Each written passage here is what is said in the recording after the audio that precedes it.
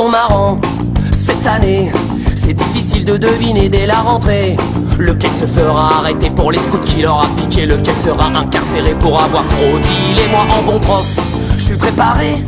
Un peu de maths et de français, du kickboxing, du karaté. Tant pis pour la géographie, ceux qui connaissent de l'Italie, c'est juste vaguement les spaghettis et Rocco Siffredi. Au programme de cette année, en français faudrait arriver à lire tout un livre en entier. Mais même d'Amand et Marc Lévy, y'a plus de 100 mots de vocabulaire. On sera toujours à lire la préface même après l'hiver. Et mon voisin en me voyant me dira bande de feignants. Alors vous êtes déjà rentrés, vous savez pas ce que c'est de bosser avec vos semaines de 20 heures. Vous bossez bien moins qu'un facteur et dire que je paye tous vos congés. Et puis vous êtes même pas bronzés, sans copie à corriger. 2-3 Prozac, 8 cafés. Mais je l'entends quand même dire d'en bas. Je compte même pas la sécurité de l'emploi.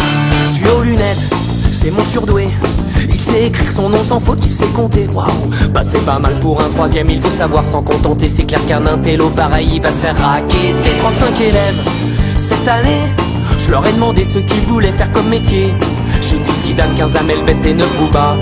Un original qui veut faire vigiler avocat. Il a dû voir chez Courbet c'était pas mal d'être avocat si jamais t'allais en prison. Ils croient qu'ils auront leur brevet en regardant l'île de la tentation. Merci pour tout ce que fait pour eux la télévision. Et mon voisin le même qui hier me dira bande de fonctionnaires. Alors vous êtes déjà rentrés, vous savez pas ce que c'est de bosser avec vos semaines de 20 heures. Vous bossez moins qu'un contrôleur et dire que je paye pour mon gamin. Il a redoublé son CE1. Vite les bulletins à remplir, 2-3 Prozac et 8 Kir.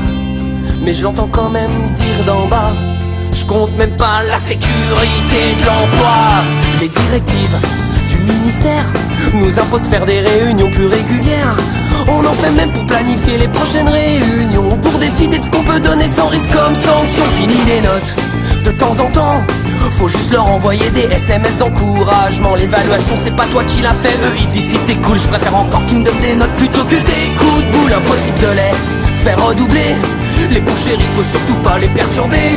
Les programmes faut les simplifier, y'a trop de leçons ça les assomme. Ils ont même proposé de donner le bac avec la prochaine PlayStation. Et mon voisin vous le connaissez me dira bande de surpayés. Vous foutez rien de la journée, vous devez pas être fatigué. Avec vos semaines de 20 heures vous bossez bien moins qu'un chômeur. Et puis pas de chef et pas de rendement, c'est pas pour ce que vous faites vraiment. Les parents à rencontrer, 2-3 Prozac, 8 grands marniers.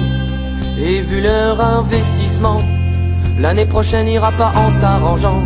Faudrait peut-être songer à les adopter, venir les lever le matin, le soir les coucher, et peut-être dormir à leur place pour qu'ils restent éveillés en classe. La prof de gym n'est pas venue, s'est fait agresser dans la rue. Mais bon, il avait averti, ils veulent pas de sport avant midi. Ils peuvent genre pas fumer en classe et ça déjà c'est dégueulasse. Entre chaque tour une bière, un joint, c'est quand même pas des gros besoins. Cette fois-ci c'est décidé, mes gosses iront dans le privé. J'ai beau regarder à 2 fois, je la vois pas tant que ça.